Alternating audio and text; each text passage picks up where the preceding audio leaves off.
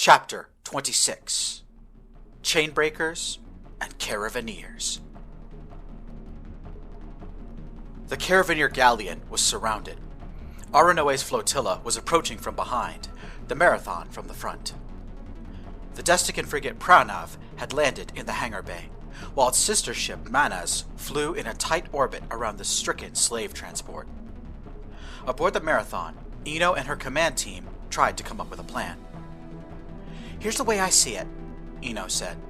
"Our primary mission is complete. The Sanctuary Moon is being terraformed now, and it should be habitable by the time we get there. There's no reason for us to keep dancing with the Desticans. We can run a charge through the hull to dissuade another boarding attempt," Sota said. "All three of the hangar bays are clear," Elodie added. "We now have a protective screen of starfighters in all directions." "Not for long," Prisbin said, pointing at the sensors display. "The weather is starting to turn again. Background radiation is spiking. The Nexus Storm's bow shock is going to be on us soon. We'll have to land all of our strike craft soon, or the pilots will die from overexposure." "And the Desticans will die too," said Sota. "Their ships are too small to protect them from the storm." "So they tried to capture us," Ino said. "And when we proved too hard a target, they went for the slave ship."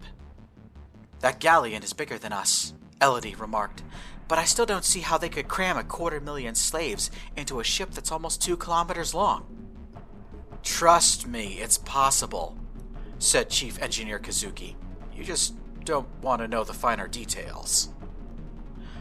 "Those slaves just had to fight for their freedom over there," Elodie said. "We're going to help them reach the Sanctuary Moon, right?" Everyone looked at Ino. Then she looked at Rylan. "What are the odds Aranoe would fire on us if we offered protection to... what's her name? Nagini and her crew?" "High," Rylan said. "In my opinion, we should use the commandeered ship as bait. Let the Caravaneers and the Desticans fight over it, while we go to rescue Azarin." At once, several voices of dissent sounded around the bridge. There was a divide among the crew. A narrow moral majority, including Elodie, Prisbin, Chief Medical Officer Zapata, and Chaplain Oliver, favored going to the rescue of the rebelling slaves. The pragmatic few, led by Rylan, wanted to prioritize saving Azarin and to let Nagini's rebellion fight alone. Once all of the arguing was done, the crew looked to Ino again. She knew that, as the captain, she would have the final say on the matter. She closed her eyes in frustration. She needed more information. "Mancini, has that Destican weapon been seen again? The directed energy beam?" "No, Captain," Mancini replied.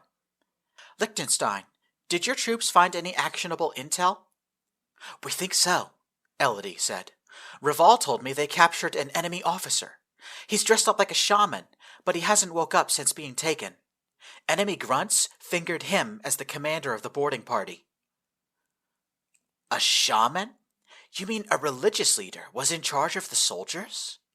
Really?" Chaplain Oliver sounded stunned. The voice of Axiom spoke from the ceiling.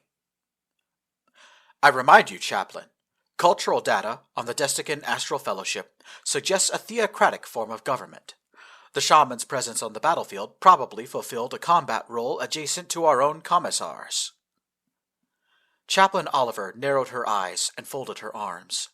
She appeared to be lost in thought. "Back at Quantum Crossing, Aranoe said she was holding human slaves on that ship," Ino said, looking around at her crew.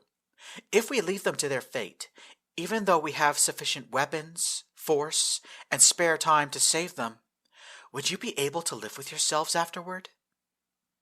She looked at each member of the crew in turn. Her eyes lingered on Rylan, who looked angry.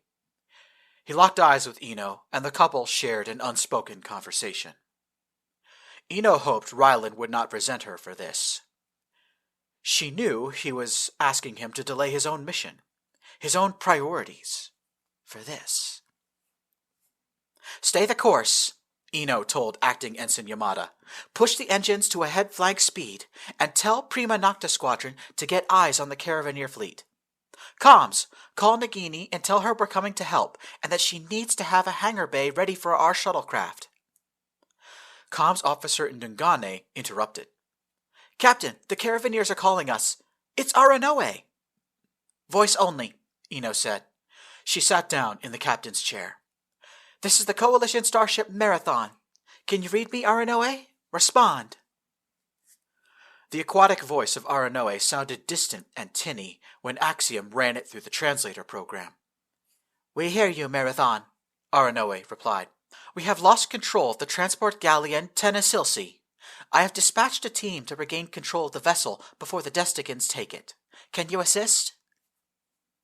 Ino looked around the bridge once more, heaved a deep sigh, then replied, I'm sorry to say this, but certain passengers aboard the Tenasilsi have requested asylum in the Coalition. Once we have... The crack of static met her ears. Ino looked over at comms officer Ndungane. They cut the call from their end. Aboard the commandeered slave ship, the aquatic Caravaneers had been slain to the last man. Blood and viscera scattered across the vessel as furious fighting raged. But now, the situation had changed. At some point, for reasons completely unknown, the telepathic voices which commanded the prisoners to rise up had suddenly fallen silent. For the first time, the hundreds of thousands of enslaved people found themselves completely free from outside control. Chaos and confusion ruled the day, but one industrious group of people were trying to seize control. On the bridge, a Destican woman regained communications with the starship Marathon. At the same time, a group of fellow slaves, who had agreed to respect her leadership, were trying to bring the rest of the ship under her control. You said your name was Nagini, Ino Esperanta said through the view screen. That's a human name. Hindi, to be specific. I used to be human, Nagini said. I was taken from New Ramadi in the frontier sector, forced into the chamber of elevation. This is what I am now. Nagini could see the look of dismay on Ino's face. We'll mourn our humanity later, Nagini said. My scouts told me that there's Destican soldiers aboard. Help us quickly, before they put us back under the spell. We've got a fix on a Destican frigate in your hangar bay, Ino said. I've already got starfighters and shuttles on the way. We need you to transmit all data you have about the other passengers aboard your ship. That will take time, Nagini replied. We are still trying to find anyone among our number who has starship knowledge. It seems the majority of us were either domestic servants working in the cities, caregivers for natural-born Desticans, or livestock waiting to be slaughtered. I have not met anyone here with greater than half of a secondary school education. Shit, Ino said. Hang on, I think we can work a solution involving our AI. Do you have any cyborgs or synthetics on your ship? We have cyborgs, yes, Nagini replied. Bring one of them to your bridge, Ino said. Hurry!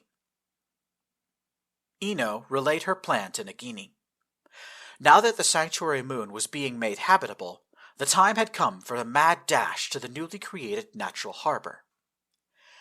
The Desticans don't have enough force left to destroy either of our ships outright, Ino said. They can do some damage, but Marathon should hold together until we get to the moon. We're going to make a run for it, and we're going to pull you along behind us. Nagini could not help but smile. She was trying to imagine Marathon pulling Tenasilsi through space with a gigantic tow rope. Ino's plan proved to be more ingenious than that.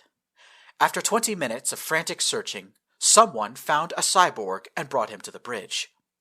He was a Savanti man, captured at the start of the war, who had miraculously managed to escape the chamber of elevation before being snatched up by the Caravaneers. Sergeant Ilham Vodi, Savanti Armed Forces, the cyborg introduced himself. Ryland Quinn leaned over Ino's shoulder and stared at Ilhelm through the view screen. Nagini thought she could see his cybernetic eyes refocusing. You're on the missing in action list, Ryland said, tapping the side of his own head. If we get out of this alive, remind me to pass a message on to your family, soldier. They'll be happy to hear from you. How? Nagini started to ask. We cyborgs can download data like any other computer, Ilham explained. Speaking of which... He sat down at a computer station just in front of the captain's chair. Marathon, what are these data packets you're sending us? Instructions for you to run on your local computers, Ino explained. We need you to hack whatever operating system the Caravaneers are using to run that ship and open a back door for our AI to get in. Axiom will take over your helm and have your ship follow us to the Sanctuary Moon. Oh, that sounds good, Nagini said. But we still have Destican soldiers aboard right now. They have guns and armor. We don't have enough weapons to arm everyone on the ship. In fact, most of the free people still don't know I've taken command. Ino nodded. Axiom, Liechtenstein, and I are working on that. Tell your people to stay away from the starboard hangar until my troops have cleared it. Nagini gasped. That's the one where the Desticans are. What if your people are put under the spell? Ino hesitated, looking as though she wanted to say something but thought better of it. Finally, she said, I have faith in the person I sent over there. 6 starfighters and a shuttlecraft shot through a cloud of space dust and approached the stricken Tennesilsi. Aboard the shuttle, Elodie and a mixed squad of Marines and military androids prepared for the next fight. Under her feet, the shuttle shuddered violently. Oh, that's quite some turbulence, Ashok Raval commented. Space storm is getting bad, Elodie addressed the group. This is a one-way trip, Marines. We're riding with those people all the way to Planetfall. So when we get there, we're going to be good guests and confiscate that Destican warship in the hangar. Hermione Durand put up her hand. Gunny, Sarge, shouldn't we actually try to hunt down the enemy? No way, Elodie said. That ship is full of friendly Desticans, former slaves who just want to be free, and they're mixed in with hostile ones who want to shoot us. We need to positively ID our targets before we shoot them. Best way to do that is to make them come to us. We get into the hangar and take over their ship. Whatever skeleton crew is on board will call for help, and their buddies will come to us. That's our play. Shuttle 1, this is Ashwinder 4, a starfighter pilot called. 3 hostile frigates are now orbiting Tennesilsi. We're going to break off and cover your approach. Good luck in there. The MiG-95 squadron broke away and moved to attack Kailasha. The shuttle pilot called back to Elodie. Scanners show Destican soldiers in the hangar bay. This is going to be a hard landing. Brace! Brace! Brace! Helmets on! Elodie ordered. Switch your power armor to internal supply now. The shuttle roared into the cavernous hangar. Destican soldiers spotted the incoming vessel and opened fire with small arms, but it was too late. The deployment door was opening. The retro thrusters fired. Elodie screamed, "Fuck 'em up!" She jumped while the shuttle was still 5 feet above the ground. Her power armor absorbed the first blast of enemy gunfire, and then the shuttle thudded onto the floor. A pair of Destican soldiers, left behind to guard the frigate while the boarding party did its work, looked at one another in terror before trying to shoot Elodie again. Hostile fire at this position, a robotic voice spoke in Elodie's ear. A military android landed next to her and turned its rotary Gauss cannon against the enemy soldiers. Elodie stood at her full height, using the heads-up display in her helmet. Local gravity is 0.65 Gs, Elodie announced to her team. Keep your helmets on. High concentration of sulfur dioxide in the air. Then Hermione spotted the enemy frigate. There it is, she said. Destican frigate, landed at 11 o'clock. Push forward, Elodie ordered. I want my name painted on the side of that ship in 10 minutes or less. Second squad, with me, Ashok shouted. He took a team of Marines into the fray, leaving Elodie and Hermione to command the androids. Ashok's team was up the boarding ramp first. Gunfire thundered and echoed into the narrow corridors and hallways. "Gunnery, Sergeant," said one of the androids. "I have detected a distress signal from the frigate. The enemy is calling for help. Kailasha and its escorts are moving to land in this hangar. Destican boarding parties are returning to the hangar now." "Let them come," Elodie said. "I'm in a killing mood. Durand, this is a frigate, right? Find the weapons control station and take control of the anti-ship weapons." On the marathon, Ino felt as though her brain was being put in a vice. She was forcing herself to think about concepts that she would prefer to reject out of hand.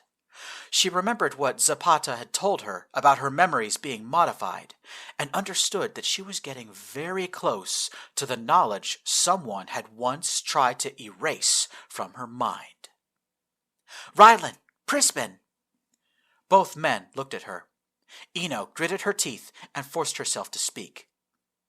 "There's a pattern. At least, I think there might be." "What do you mean?" Prisbin asked. "Nagini talked about being under a spell," Ino said.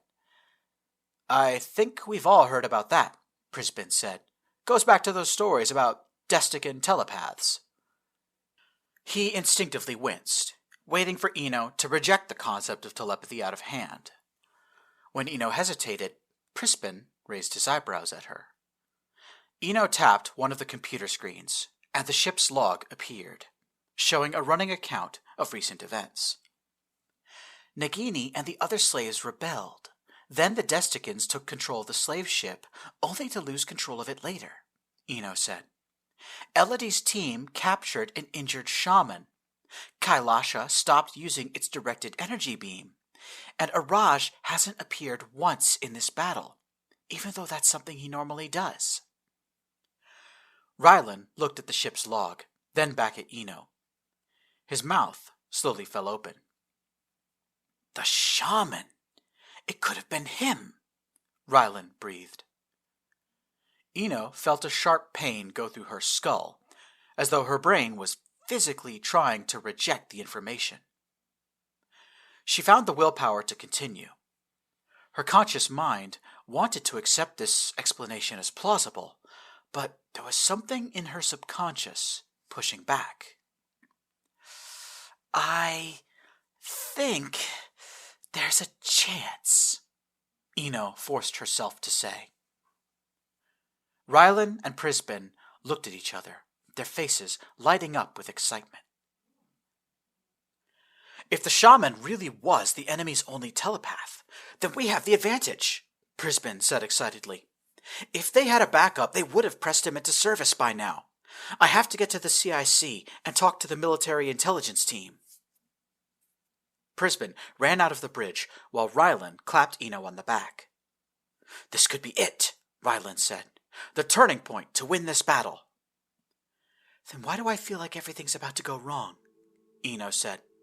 "Go to the comm station. Find out if Azarin survived that crash."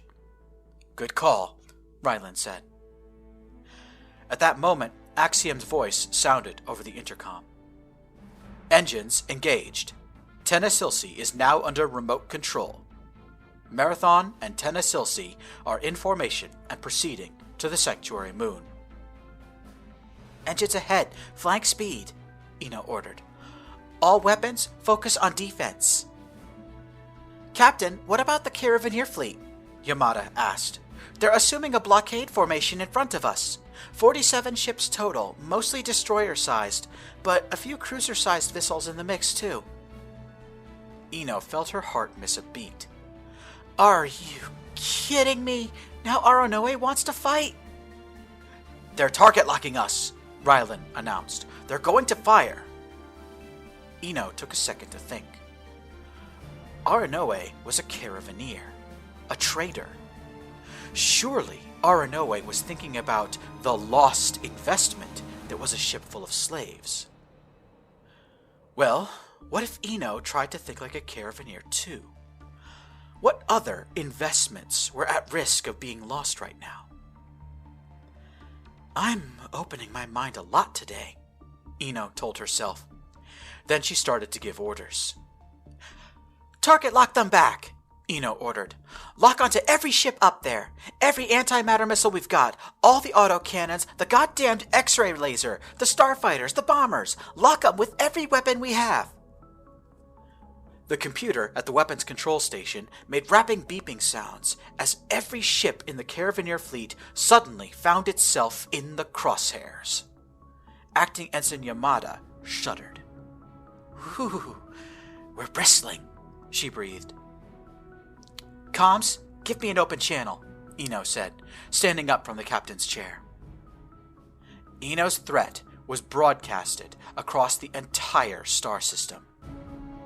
"This is the Azrael-class command ship Marathon of the planet Earth. You know exactly what we're capable of. The refugee ship is under our protection. The first vessel to open fire will feel the sum total of our state-of-the-art human weaponry rammed directly down their throat. You will die with us. This is our only warning.